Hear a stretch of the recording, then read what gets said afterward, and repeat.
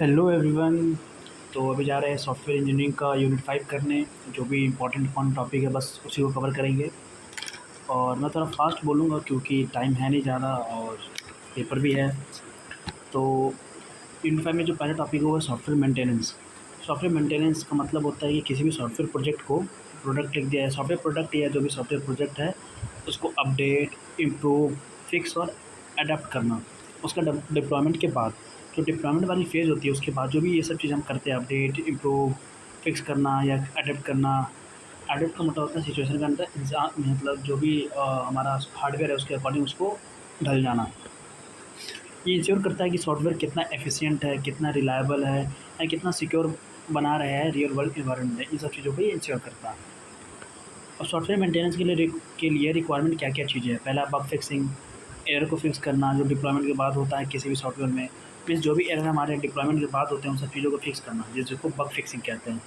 Performance improvement, system को और fast, reliable and secure बनाना। जो भी सिस्टम है हमारा उसको फास्ट, रिलायबल एंड सिक्योर बनाना। फिर आता है एडेप्टेशन टू एनवायरनमेंट। जैसे जब हार्डवेयर या ऑपरेटिंग सिस्टम अपडेट होता है तो सॉफ्टवेयर को भी अडेप्ट करना पड़ता है उसके अकॉर्डिंग।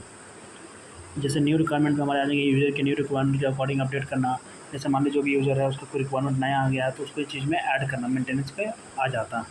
फिर आता है सिक्योरिटी अपडेट्स। जैसे कि नए थ्रेट से प्रोटेक्ट करने के लिए हम लोग को अपग्रेड देना पड़ता है। और टाइप्स ऑफ सॉफ्टवेयर मेंटेनेंस, ये बहुत ही इंपॉर्टेंट क्वेश्चन है ये वाला जो सॉफ्टवेयर मेंटेनेंस है। पहला आता है करेक्टिव मेंटेनेंस। इसका गोल क्या होता है, जो भी एरर्स या बग्स होते हैं उसको फिक्स करता है। जैसे एग्जांपल, क्रैश हो रहा है सॉफ्टवेयर को पैच से सही करना। पैच का मतलब होता है कि जो भी अपडेट हम करेंगे सिक्योरिटी पैचेस उसके चीज़ को सही करना।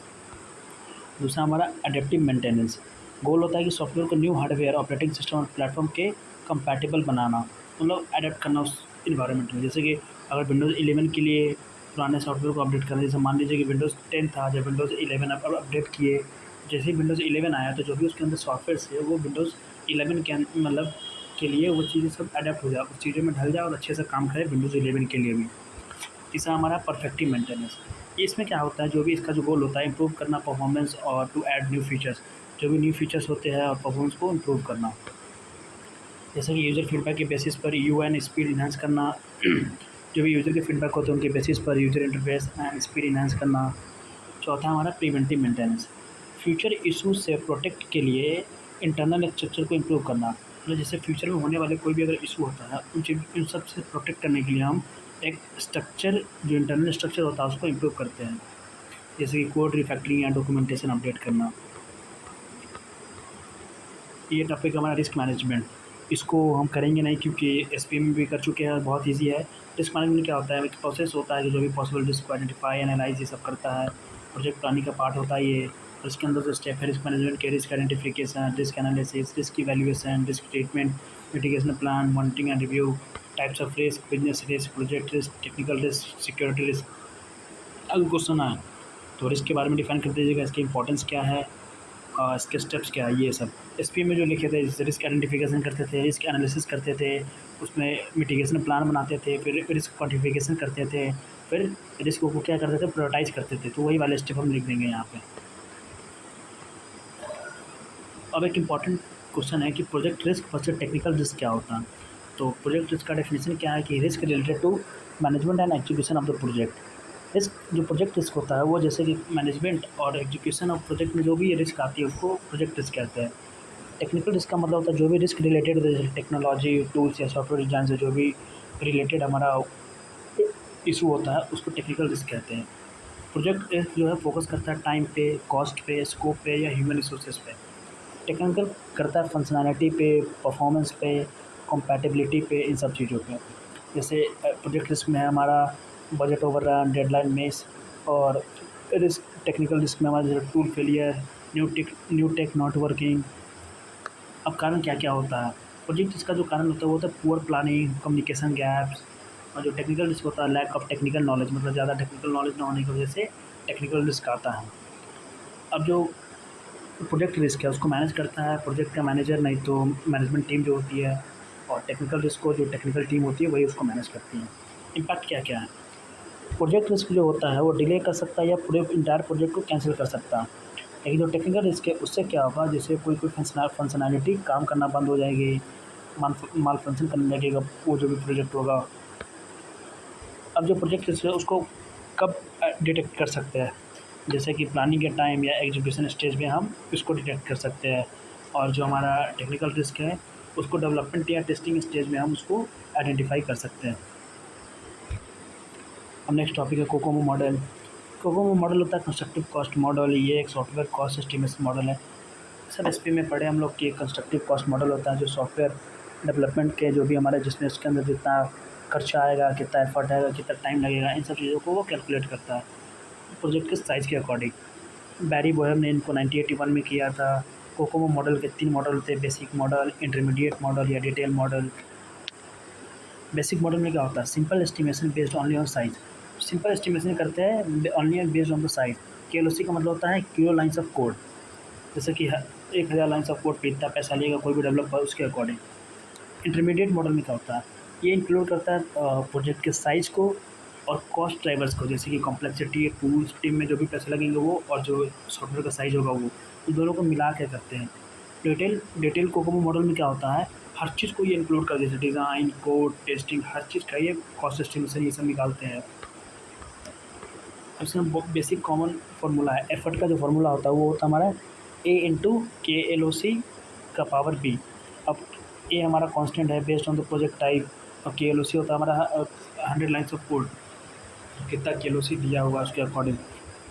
एडवांटेज क्या है, simple and easy to use, multiple levels of accuracy होती है, वेल रिसर्च मॉडल है हमारा, डिफरेंट प्रोजेक्ट टाइप्स को सपोर्ट करता है, रिस्क मैनेजमेंट में हेल्प करता है, प्रोजेक्ट प्लानिंग को इम्प्रूव करने में मदद करता है। डिसएडवांटेज क्या है, KLOC एस्टिमेशन इज़ डिफ़िकल्ट, जो किलो लाइन्स ऑफ कोड जो एस्टिमेट करते हैं वो थोड़ा डिफ़िकल्ट हो जाता है, स्मॉल प्रोजेक्ट के लिए सूटेबल नहीं है, इग्नोर्स करता है कोड क्वालिटी को, technology evaluation issue, assume waterfall model, ये मतलब वाटरफॉल मॉडल को एज्यूम करके चलता है, और ज़्यादा फ्लेक्सिबल भी नहीं है ये। अब आता है हमारा कॉस्ट एनालिसिस। कॉस्ट एनालिसिस हम करते क्यों है, ये एक प्रोसेस होता है जिसमें हम टोटल कॉस्ट एस्टिमेट करते हैं, मतलब सॉफ्टवेयर डेवलपमेंट में कितना पैसा लगने वाला उन सब चीज़ों को एनालाइज करते हैं, उन सब चीज़ों को कैलकुलेट करते हैं।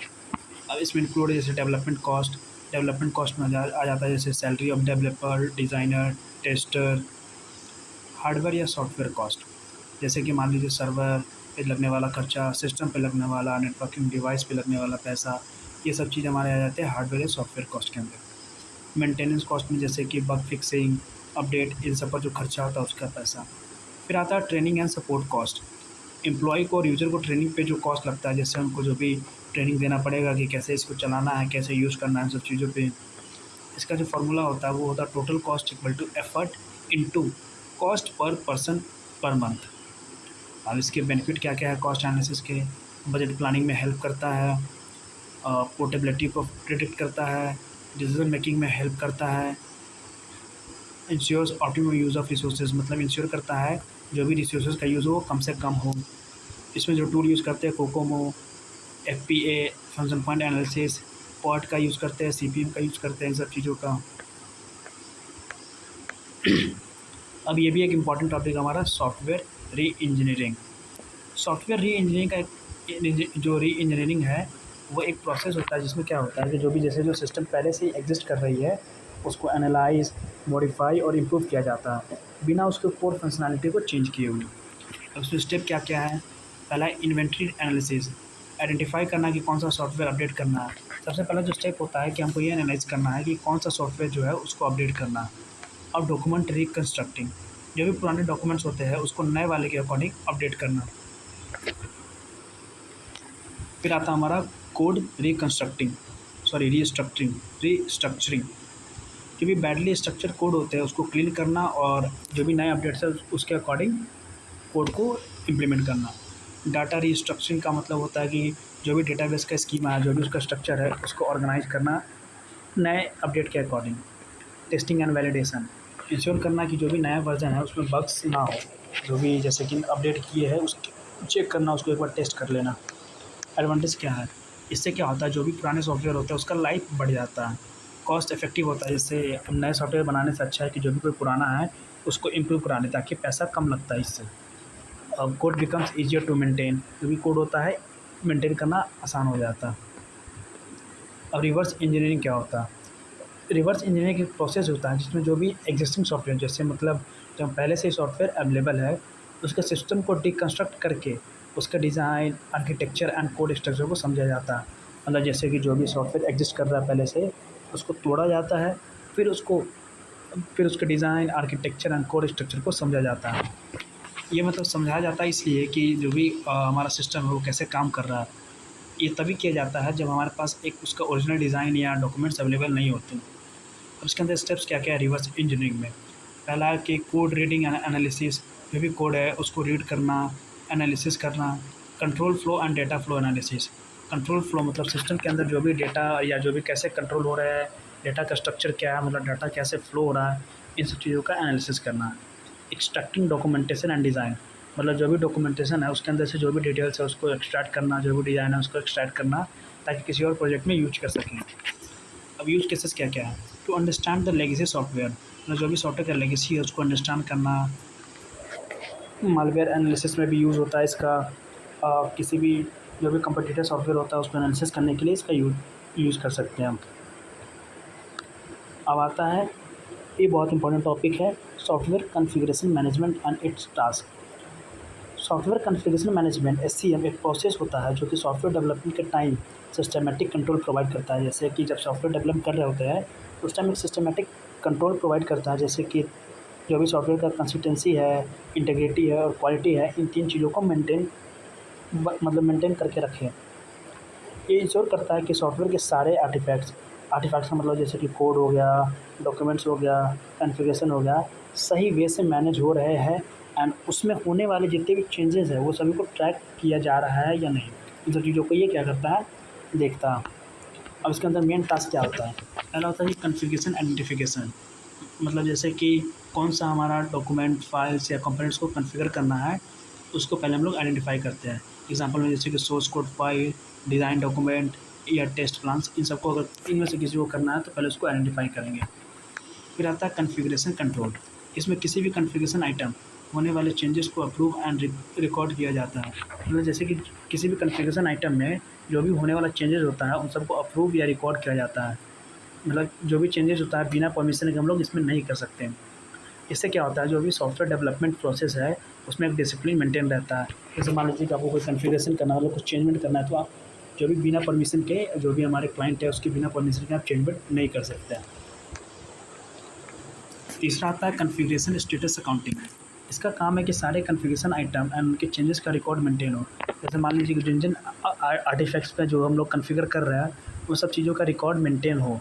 ये बताता है कि कोई भी पर्टिकुलर वर्ज़न कब चेंज हुआ है। मतलब ये एक रिकॉर्ड रखता है कि कौन-सा चीज़ें कब हुआ है, जैसे कोई वर्ज़न कब चेंज हुआ है, कौन-सा चेंज हुआ है और किसने किया है, इन सब चीज़ों का एक रिकॉर्ड रहता है इसके अंदर।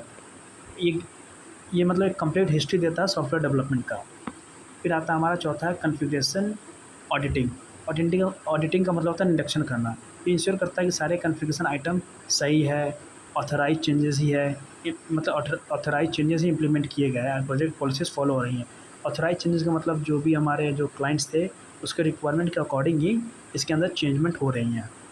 फिर आता है पाँचवा बिल्ड मैनेजमेंट। ये टास्क रिस्पॉन्सिबल सॉफ्टवेयर बिल्ड्स के क्रिएशन के लिए है। सॉफ्टवेयर बिल्ड्स के लिए क्या करता है, ये टास्क रिस्पॉन्सिबल है।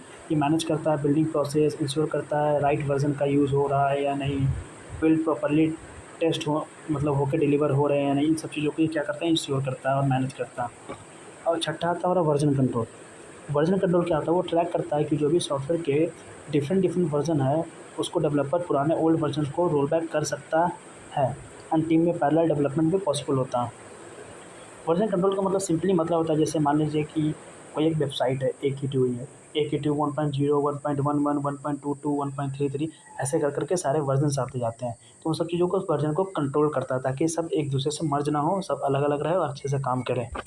यही सब चीज़ है। यहाँ पे यूनिट 5 खत्म। एक एक यूनिट और रह गया शायद, यूनिट 4, उसमें टेस्टिंग के बारे में है। अगर लेक्चर अपलोड ना हो पाए तो जो भी इंपॉर्टेंट टॉपिक्स है बस वो पढ़ लीजिएगा। टेलीग्राम पे इसके नोट्स अवेलेबल है, 82 रैंकर सर्च करेंगे आपको मिल जाएगा, नहीं तो मैं डिस्क्रिप्शन में लिंक दे दूँगा, वहाँ से जाके कर लीजिएगा। All the very best for your exam and good luck.